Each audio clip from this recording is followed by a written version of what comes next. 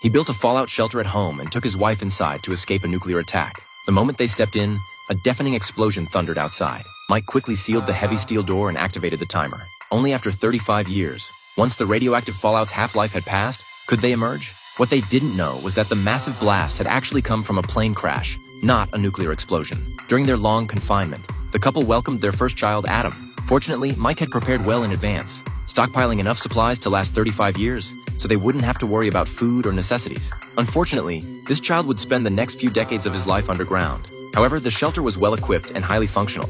It had a continuous power supply system, all kinds of household appliances, and storage space comparable to a large supermarket, more than enough to meet his wife and child's daily needs. Mike kept himself busy too. He raised fish underground, grew plants, and even built an impressive library.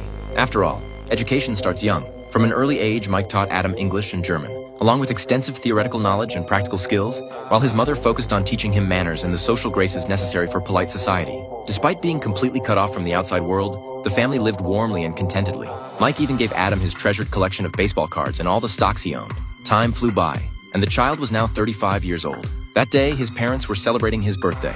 Adam blew out the candles and silently made a wish. Suddenly, a violent tremor shook the shelter.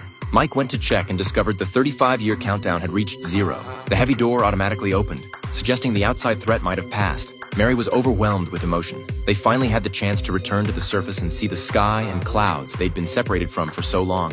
To ensure safety, Mike decided to scout ahead himself. He put on protective gear and went up alone to assess the situation. The once bustling residential area was now nothing but ruins. A drunk homeless man saw Mike and, thinking a deity had descended, fainted on the spot. Mike cautiously looked around and encountered a boy wearing women's clothing and a raggedly dressed beggar. Panicked, he immediately returned underground and told his wife and son everything he'd seen. Mike was convinced that nuclear radiation had caused human genetic mutations and repeatedly warned Mary never to leave the shelter. As he spoke, he planned to seal the door again. This time, however, Mary firmly objected. She refused to be trapped underground any longer and didn't want their 35-year-old son to spend his entire life never experiencing the real world. While they were arguing, Mike's heart condition suddenly flared up. While he was bedridden and unable to move, Mary quickly gave their son money and sent him out to buy large quantities of supplies. The shelter's food was nearly depleted. Adam took the baseball cards and stocks his father had given him and left the underground shelter via the elevator.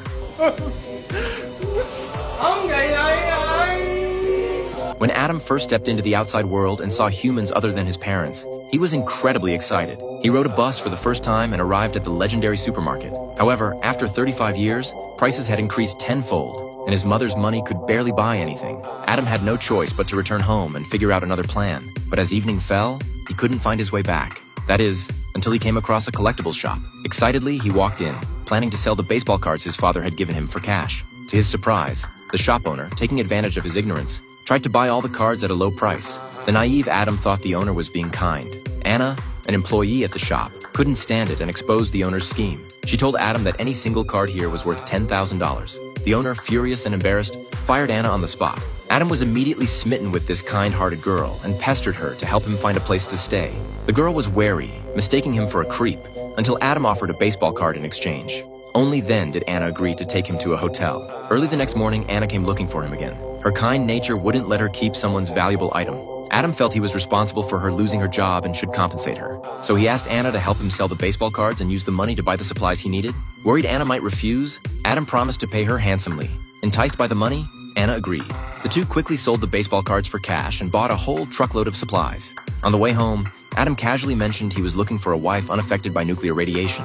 Anna found him pure-hearted and sweet, and immediately agreed to help him search. Learning that Adam had no permanent residence, Anna brought him home. Through their daily interactions, she gradually discovered that although Adam seemed a bit naive on the surface, he was actually extremely well-mannered. He was not only knowledgeable, but also had excellent etiquette and moral values. To help Adam find a partner, Anna took him to a party.